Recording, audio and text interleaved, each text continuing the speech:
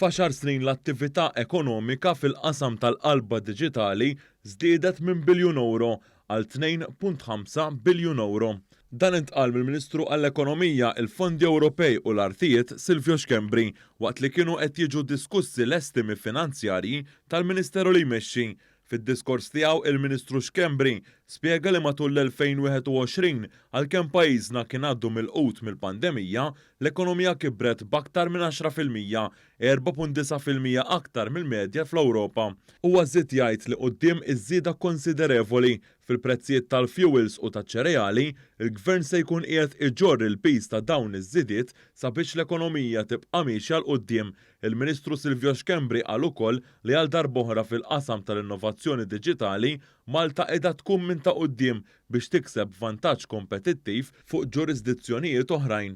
Il-Ministru qal ukoll li Malta trid tkun lesta u fuq quddiem fir-raba' rivoluzzjoni industrijali li tisseħħ madwar id-dinja.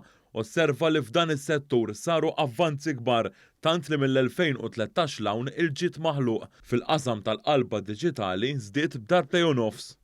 Bl-industri ġodda li qed noħolqu ħloqna wkoll f'dan is-settur, minn biljun euro 10 snin wara dan il-ġid din l-attività ekonomika fis-settur diġitali tela għal 2.6 biljun euro.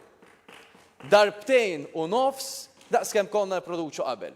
Ifisser medja ta' tkabbir ta' 12.3% fis-sena. Min-naħa tiegħu is-Segretarju Parlamentari għal Fondi Ewropej Chris Bonnet qal li sal-aħħar ta' din is-sena Malta se tkun użat 80% tal-fondi Ewropej minn fondi għas-snin ta' bejn l-2014 u l-2020 li jfisser 7% aktar meta mqabbel mal-fondi għas-snin ta' bejn l-2007 u l-2013. Huwa żied jgħid li meta l-Prim Ministru Roberta Bela innegozja l-ikbar pakkett ta' fondi Ewropej ta' 2 biljun u 250 miljun euro, il-Kummissjoni Ewropea kienet moħħa mistrieħ li dan il-Gvern għandu diġà pjan lest għall-allokazzjoni ta' dawn il-fondi. Qed nużawhom. Illum Malta qed gawdi minn reputazzjoni ta' pajjiż serju li għandu gvern li għandu pjan għal fondi li nnegozja lihom u li qed jimplementa dak il-pjan b'suċċess. Min-naħa tiegħu id-deputat Laburista Rea Bela innota ċertifikati pożittivi li nataw lil pajjiżna mill-Kummissjoni Ewropea u minn diversi aġenziji internazzjonali ta' klassifikazzjoni tal-kreditu. Qal li dawn ir-riżultati għadu kreditu lil viżjoni u l-miżuri tal-Gvern f'dawn l-aħħar snin.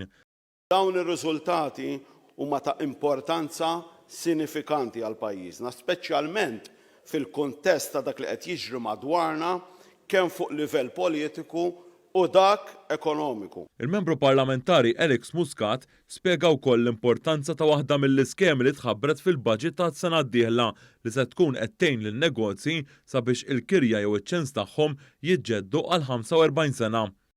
Din il-miżura weħida jiena nemmen u naħseb ikun interessanti illi wieħed jikkwantifika kemm weħeda ħajkollha impatt fl-opinjoni tiegħi b'saħħtu ħafna biex inkomplu nkabbru l-ekonomija tagħna. Min-naħa tagħha il-membru parlamentari Cressi Dagalja tkellmet fuq il-ħidma tal-Gvern sabiex l-ekonomija Maltija tkompli tiftaħ għal niċeġ ekonomiċi ġodda sabiex jiġi żgurat li l-ekonomija tkompli tikber. Ser inkomplu noħolqu ambjent illi jattira u jakkomoda investiment kemm lokali u kif ukoll barrani sabiex anke nattiraw u noħolqu xogħol ġdid, xogħol ta' kwalità għall poplu Malti u Awċi.